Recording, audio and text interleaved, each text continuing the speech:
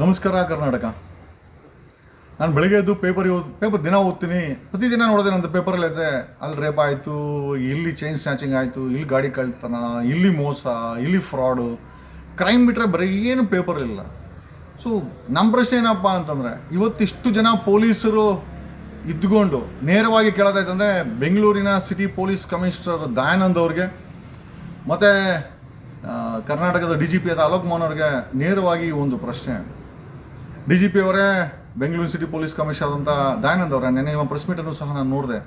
ಪ್ರಶ್ನೆ ಏನಪ್ಪ ಅಂತಂದರೆ, ಕ್ರೈಮನ್ನು ಪ್ರಿವೆಂಟ್ ಮಾಡಬೇಕಾದಂಥ ಪೊಲೀಸರು ಈ ರೀತಿ FIRಗಳನ್ನು ಹಾಕಿ ನೋಡಿ, ಪ್ರತಿದಿನ 10 ಪೋಕ್ಸೋ ಕೇಸಸ್ಸು ದಾಖಲಾಗ್ತಾ ಇದೆ ಅಂತ ಬೆಂಗಳೂರು ಮಿರರ್ ರಿಪೋರ್ಟ್ ಆಗಿದೆ. ಬೆಂಗಳೂರಲ್ಲಿ 55 ಮರ್ಡರ್ ಈ ವರ್ಷದಲ್ಲಿ 2025ರಲ್ಲಿ ರಿಜಿಸ್ಟರ್ ಆಗಿದೆ. ಇದು ನೇರವಾಗಿ Bengaluru city police commissioner Dayanand ಅವರು ಯೋಚಿಸಬೇಕಾದಂಥ ವಿಚಾರ. ಕಾರಣ ಯಾಕೆ ಅಂತಂದರೆ, ಬರೀ ಕ್ರೈಮ್ ಆದಾಗ ನೀವು FIR ಹಾಕೋದು, ಜೈಲಿಗೆ ಕಳಿಸೋದು, ಚಾರ್ಜ್ ಶೀಟ್ ಹಾಕೋದಲ್ಲ, what are the preventive programmes ಏನು ಮಾಡ್ತಾ ಇದ್ದೀರಾ? ಆಮೇಲೆ ಈ ಅಷ್ಟು ಕ್ರೈಮ್ ಆಗಲಿಕ್ಕೆ ಕಾರಣ ಏನು? ಆಮೇಲೆ ಕರ್ನಾಟಕದ 1 ಲಕ್ಷ ಪೊಲೀಸ್ ಕಾನ್ಸ್ಟೇಬಲ್ಗಳಲ್ಲಿ ಮೊದಲು ನಾನು ಕ್ಷಮೆ ಕೇಳ್ತೀನಿ. ಕಾರಣ ಯಾಕೆ ಅಂತಂದರೆ, ನಿಮ್ಗಳಿಗೆ ಸಂಬಳ ತಮಿಳುನಾಡು ಮತ್ತು ಕೇರಳ ರೀತಿಯಲ್ಲಿ ನಿಮ್ಮ ಸಂಬಳವನ್ನು ಜಾಸ್ತಿ ಮಾಡಲಿಕ್ಕೆ ನಾನು ಪ್ರಾಮಾಣಿಕ ಪ್ರಯತ್ನ ಬೀಳ್ತೀನಿ. ನಾನು ಮಾರ್ಚ್ ಒಳಗಡೆ ಇದನ್ನು ಮಾಡಿಸ್ತೀನಿ ಅಂತ ನಿಮ್ಮೆಲ್ಲರಿಗೂ ಹೇಳಿದೆ. ಬಟ್ ಇದಕ್ಕೆ ರಿಕ್ವೆಸ್ಟೇಷನ್ನು ಜನವರಿನಲ್ಲಿ CM ಸಿದ್ದರಾಮಯ್ಯನ ಕೊಟ್ಟು ಬಂದೆ. ಬಟ್ ನಾನು ಅದು ಅದೃಷ್ಟವಶಾತ್ ಯಾವುದೋ ಒಂದು ಗಲಾಟೆ ನನ್ನ ಮೇಲೆ ಅಟ್ಯಾಕ್ ಆಯಿತು. I was in judicial custody. ನಾನು ಓದಿದ್ದೇನು ಅಂತಂದರೆ, ನಾನು ಕೊಟ್ಟಂಥ ರಿಕ್ವೆಷನ್ ಬಗ್ಗೆ ಸಿದ್ದರಾಮಯ್ಯನವರು ಅದೇ ನಿಮಗೆ 80,000 ರೂಪಾಯಿ ಪೊಲೀಸ್ ಕಾನ್ಸ್ಟೇಬಲ್ಗಳಿಗೆ ಬೇಸಿಕ್ ಸ್ಯಾಲ್ರಿ ಒಂದು 80,000 ಮಾಡಿ ಅಂತ ಕೇಳಿದ ಬಗ್ಗೆ ಯಾವುದೇ ರೀತಿಯ ನಿರ್ಧಾರ ತಗೊಂಡಿಲ್ಲ. ಎಲ್ಲೋ ಮೋಸ್ಟ್ಲಿ ಡಸ್ಟ್ಬಿನ್ಗೆಲ್ಲ ಬಿಸಾಕರು ಅನಿಸುತ್ತೆ. ಬದಲಾಗಿ ಇನ್ನೊಂದು ಏನು ಮಾಡ್ಕೊಂಡ್ರು ಅಂತಂದರೆ, ಮುಖ್ಯಮಂತ್ರಿಗಳಿಗೆ, ಕ್ಯಾಬಿನೆಟ್ಗೆ, MLAಗಳಿಗೆ, ಮಿನಿಸ್ಟ್ರುಗಳಿಗೆ, ವಿರೋಧ ಪಕ್ಷದವ್ರಿಗೆ ಎಲ್ಲರಿಗೂ ಸೇರಿ ಸ್ಯಾಲ್ರಿಗಳನ್ನ ಜಾಸ್ತಿ ಮಾಡ್ಕೊಂಡವ್ರೆ.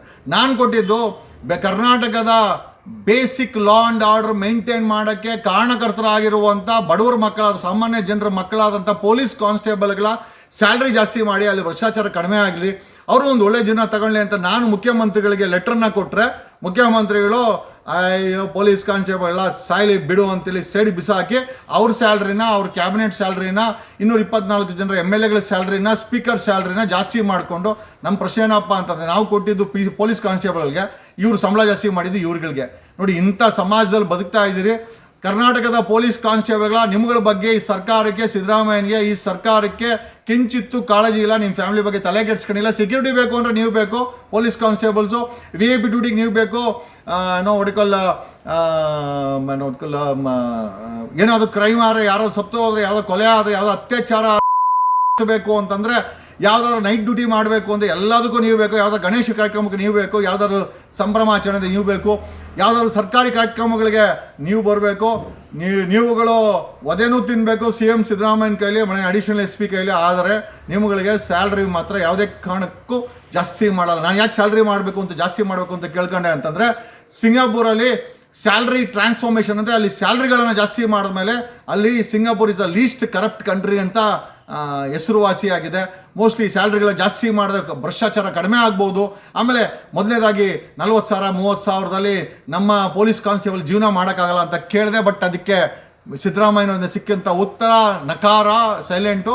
ಜೊತೆಯಲ್ಲಿ ನಿಮಗೇನ್ರಿ, ನೀವು ಕೊಟ್ಟರೆ ನಿಮಗೆ ಅವ್ರಿಗೆ ಯಾಕ್ರಿ ಮಾಡಬೇಕು, ನಮಗೆ ನಾವು ಜಾಸ್ತಿ ಮಾಡ್ಕೊಳ್ತೀವಿ ಅಂತ CMಗಳಿಗೆ, ಅವ್ರ ಕ್ಯಾಬಿನೆಟ್ಗೆ, ಮಿನಿಸ್ಟ್ರುಗಳಿಗೆ, MLAಗಳಿಗೆ ಮಾಡ್ಕೊಂಡಿದ್ದಾರೆ. ಇರಲಿ, ಇದು ನಮ್ಮ ಕರ್ನಾಟಕದ ಹಣೆ ಬರ, ಇದು ಪೊಲೀಸ್ ಕಾನ್ಸ್ಟೇಬಲ್ ಕರ್ಮ ಅಂತ ಹೇಳ್ಕೊಬೋದು. ಏನೋ ಅಲ್ಲಿಂದ ನನ್ನ ಪ್ರಾಮಾಣಿಕ ಪ್ರಯತ್ನ ಮಾಡಿದ್ದೀನಿ. ಕರ್ನಾಟಕದಲ್ಲಿ ನಡೀತಾ ಇರುವಂಥ ಯಾವುದೇ ಕ್ರೈಮ್ ಆಗಿರ್ಬೋದು, ಇವತ್ತಿನ ಯುವ ಜನತೆ ಡ್ರಗ್ ಟ್ರಾಫಿಕಿಂಗ್ಗಳಲ್ಲಿ, ಡ್ರಗ್ ಕುಡಿಯೋದ್ರಲ್ಲಿ, ಗಲಾಟೆ ಮಾಡೋದ್ರಲ್ಲಿ, ವಿಲಿಂಗ್ ಮಾಡೋದ್ರಲ್ಲಿ, ಚೈನ್ ಸ್ನ್ಯಾಚಿಂಗು, ಸಿಲಿಂಡರ್ ಕದಿಯೋದು, ಪೆಟಿ ಕ್ರೈಮ್ಸು, ಎಲ್ಲ ರೀತಿಯ ಕ್ರೈಮ್ಗಳನ್ನು ಮಾಡೋದ್ರಲ್ಲ. ಇದಕ್ಕೆ ಮೂಲ ಕಾರಣನೇ ಕರ್ನಾಟಕದಲ್ಲಿ ಇಟ್ಸ್ ಡ್ರಗ್ಸ್. ಈ ಡ್ರಗ್ನ ಪ್ರಿವೆಂಟ್ ಮಾಡಬೇಕಾದ್ದು ಸಂಬಂಧಪಟ್ಟಂಥ ಜುಡಿಷಿಯಲ್ ಕಮಿಷನರ್ಗಳು, DGPಗಳ ಕೆಲಸ, IPS ಆಫೀಸರ್ಗಳ ಕೆಲಸ, ಪೊಲೀಸ್ ಸ್ಟೇಷನ್ ಇನ್ಸ್ಪೆಕ್ಟರ್ಗಳ ಕೆಲಸ. ಇವರೆಲ್ಲ ಮಾಡಿದಿದ್ರೆ ಈ ಮಟ್ಟಿಗೆ ಡ್ರಗ್ ದಂಧೆ ಬೆಳ್ಕೊಂಡು ನಿಂತ್ಕೊಂತ ಇತ್ತು ಅಂತ ಕೇಳುತ್ತಾ 18,000 ಶಾರ್ಟೇಜು ಪೊಲೀಸ್ ಡಿಪಾರ್ಟ್ಮೆಂಟಲ್ಲಿದೆ. ವಿತ್ ಅ ಶಾರ್ಟೇಜ್ ಆಫ್ 18,000 ಈ ಒಂದು ಡಿಪಾರ್ಟ್ಮೆಂಟು ರನ್ ಆಗ್ತಾ ಇದೆ ಅಂತ ಹೇಳುತ್ತಾ, ಇದರ ಶಾರ್ಟೇಜ್ ಪರವಾಗಿ ಕರ್ನಾಟಕದ DGP ಸರ್ಕಾರಕ್ಕೆ ಏನು ಮನವಿ ಸಲ್ಲಿಸಿದ್ದಾರೆ, ಸರ್ಕಾರ ಈ ಒಂದು ಪೊಲೀಸ್ ಶಾರ್ಟೇಜನ್ನು ಸರಿ ಮಾಡಲಿಕ್ಕೆ ಎಷ್ಟು ಅಪಾಯಿಂಟ್ಮೆಂಟನ್ನು ಕರೆದಿದ್ದಾರೆ, ಕರೆಯೋದ ಬೇಡ, ಏನಕ್ಕೆ ಬೇಕು ಪೊಲೀಸರು, ಏನಕ್ಕೆ ಬೇಕು? ಇರೋ ಪೊಲೀಸರೇ ಕೆಲಸ ಮಾಡಲ್ಲ, ಇನ್ನು ಹೊಸ ಪೊಲೀಸರು ಏನಕ್ಕೆ? ಅವ್ರ ಸಂಬಳ ವೇಸ್ಟು ಅಂತ ಸರ್ಕಾರ ಮಾಡಿಲ್ಲ. ಆ್ಯಂಡ್ 1 ಲಕ್ಷ ಸಾರ್ವಜನಿಕರಿಗೆ ಕೇವಲ 165 ಪೊಲೀಸರು ಕರ್ನಾಟಕದಲ್ಲಿದ್ದಾರೆ. ಇಷ್ಟು ಲೀಸ್ಟ್ ರೇಷಿಯೋದಲ್ಲಿ ಪೊಲೀಸರು ಒತ್ತಡದಲ್ಲಿ ಕೆಲಸ ಮಾಡ್ತಾ ಇದ್ದಾರೆ. ಎಲ್ಲ ಪೊಲೀಸರು ಕೆಟ್ಟವರಲ್ಲ, ಅಥವಾ ಕೊಡಗೇಳಿ ಪೊಲೀಸರು ನನ್ನ ಮೇಲೆ ಸುಳ್ಳು ಕೇಸ್ ಹಾಕಿ ಜೈಲಿಗೆ ಕಳಿಸ್ಬಿಟ್ರೆ ನೀವೆಲ್ಲ ಕೆಟ್ಟವರಲ್ಲ. ನೀವೆಲ್ಲ ಪೊಲೀಸ್ ಕಾನ್ಸ್ಟೇಬಲ್ ನಮ್ಮ ಅಣ್ಣ ತಮ್ಮಂದ್ರು, ನಮ್ಗೆ ಗೊತ್ತಿದೆ. ಯಾರೋ ಕುಖ್ಯಾತಿಗಳು, ಒಂದಷ್ಟು ಭ್ರಷ್ಟರು ನನ್ನನ್ನು ವಿರೋಧ ಪಡಿಸರು ಈ ಇಲಾಖೆಯಲ್ಲಿ ನನ್ನ ವಿರುದ್ಧ ಷಡ್ಯಂತ್ರ ಮಾಡಿದ್ರೆ ನಾನೆಲ್ಲರೂ ಅದಕ್ಕೆ ಕಾರಣಕರ್ತರು ಮಾಡೋಕ್ಕಾಗಲ್ಲ. ನನ್ನನ್ನು ಪ್ರೀತಿ ಮಾಡುವಂಥ ಸಾವಿರಾರು ಪೊಲೀಸರು ಈ ಡಿಪಾರ್ಟ್ಮೆಂಟಲ್ಲಿದ್ದಾರೆ. ನಾನು ಅವ್ರಿಗೆ ಹೇಳ್ತಾ ಇದ್ದೀನಿ, ಪ್ರಾಮಾಣಿಕವಾಗಿ ಕೆಲಸ ಮಾಡಿ. ಅಕಸ್ಮಾತ್ ಸಿದ್ದರಾಮಯ್ಯ ಮಾಡಿಲ್ಲ, 2028ಕ್ಕೆ ಒಂದು ದೊಡ್ಡ ರಾಜಕೀಯ ಬದಲಾವಣೆ ಆಗುತ್ತೆ. ಅಕಸ್ಮಾತ್ ನಮ್ಮಂಥವ್ರ ಅಧಿಕಾರಕ್ಕೆ ಬಂದರೆ ಖಂಡಿತವಾಗಿ ನಿಮಗೆ ಆ ಒಂದು ಪೇ ಸ್ಕೇಲನ್ನು ಮಾಡ್ತೀವಿ. We will transform this Karnataka or this society into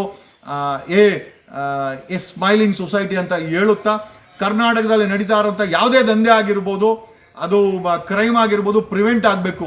prevent ಆಗಲಿಕ್ಕೆ DGP ಸಂಬಂಧಪಟ್ಟಂಥ ಬೆಂಗಳೂರಿನ ಪೊಲೀಸ್, ನನಗೆ ಸಂಬಂಧಪಟ್ಟಿದ್ದು ಬೆಂಗಳೂರಲ್ಲಿ it has become a criminal hub, rape hub.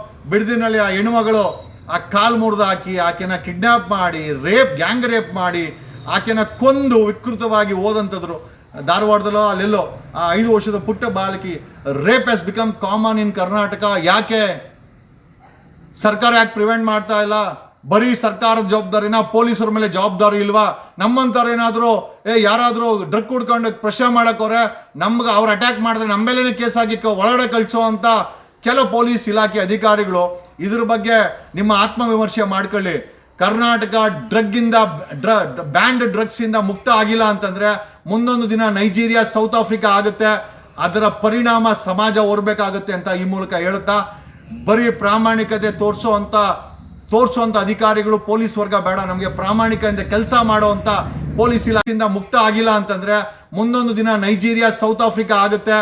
ಅದರ ಪರಿಣಾಮ ಸಮಾಜ ಹೊರಬೇಕಾಗುತ್ತೆ ಅಂತ ಈ ಮೂಲಕ ಹೇಳುತ್ತಾ, ಬರೀ ಪ್ರಾಮಾಣಿಕತೆ ತೋರಿಸುವಂಥ ಅಧಿಕಾರಿಗಳು, ಪೊಲೀಸ್ ವರ್ಗ ಬೇಡ ನಮಗೆ. ಪ್ರಾಮಾಣಿಕದಿಂದ ಕೆಲಸ ಮಾಡುವಂಥ ಪೊಲೀಸ್ ಇಲಾಖೆ ಬೇಕು ಅಂತ ಹೇಳುತ್ತಾ, ದ ಡೇ ಬ್ಯಾಂಡ್ ಡ್ರಗ್ಸನ್ನು ಈ ಕರ್ನಾಟಕದಿಂದ ಮುಕ್ತ ಮಾಡಿದ ದಿವಸ ಕ್ರೈಮ್ ಮುಕ್ತ ಆಗುತ್ತೆ ಅಂತ ಹೇಳುತ್ತಾ, ಇದರ ಜವಾಬ್ದಾರಿ ಇವತ್ತು ಕ್ರೈಮ್ ಪ್ರಿವೆಂಟಿವ್ ಪ್ರೋಗ್ರಾಮ್ ಅಲ್ಲಿ ಫೇಲ್ಯೂರ್ ಆಗಿದೆ ಕರ್ನಾಟಕದ ಪೊಲೀಸರು. ಬರೀ ಫೋರ್ಸ್ ಕೊಡೋ ಪೊಲೀಸರು, ಪ್ರೆಸ್ ಮೀಟ್ ಮಾಡೋ ಪೊಲೀಸರೇ ಇದ್ದಾರೆ ಹೊರತು, ಪೊಲೀಸ್ ಅಧಿಕಾರಿಗಳಿದ್ದಾರೆ ಹೊರತು ಕೆಲಸ ಮಾಡೋರಿಲ್ಲ. ಲಂಚ ತಗೊಂಡವರು ಪೊಲೀಸ್ ಇಲಾಖೆಯಲ್ಲಿ ಜಾಸ್ತಿ ಆಗ್ಬಿಟ್ಟಿದ್ದಾರೆ. ಮಾಫಿಯಾಗಳಿಗೆ ಸಪೋರ್ಟ್ ಮಾಡೋವಂಥ, ಎಸ್ಪೆಷಲಿ ಡ್ರಗ್ ಮಾಫಿಯಾಗಳಿಗೆ ಸಹಾಯ ಮಾಡುವಂಥ ಪೊಲೀಸರು ಜಾಸ್ತಿ ಆಗ್ಬಿಟ್ಟಿದ್ದಾರೆ ಅಂತ ಹೇಳ್ತಾ ಈ ಒಂದು ಲೈವ್ ಅನ್ನ ಮುಗಿಸ್ತಾ ಇದ್ದೀನಿ. ನೇರ ನುಡಿಯಿಂದ ನಿಮ್ಮನ್ನು ಎಚ್ಚರಿಸ್ತಾ ಇದ್ದೀನಿ. The day people like us come to power, ನಮ್ಮಂಥವ್ರು ಯಾವತ್ತಾದರೂ MLA ಮಂತ್ರಿನೋ CM ಆದರೆ ಖಂಡಿತವಾಗಿ ಈ ಒಂದು ಕ್ರೈಮನ್ನು, ಈ ಒಂದು ಡ್ರಗ್ ದಂಧೆನ, ಈ ಒಂದು ರೇಪ್ಗಳನ್ನು ಮಟ್ಟ ಹಾಕ್ತೀವಿ, ಮುಗಿಸ್ತೀವಿ, ನಿಮ್ಮ ಕೈಯಲ್ಲಿ ಇದನ್ನು ತೊಳಸ್ತೀವಿ ಅಂತ ಹೇಳ್ತಾ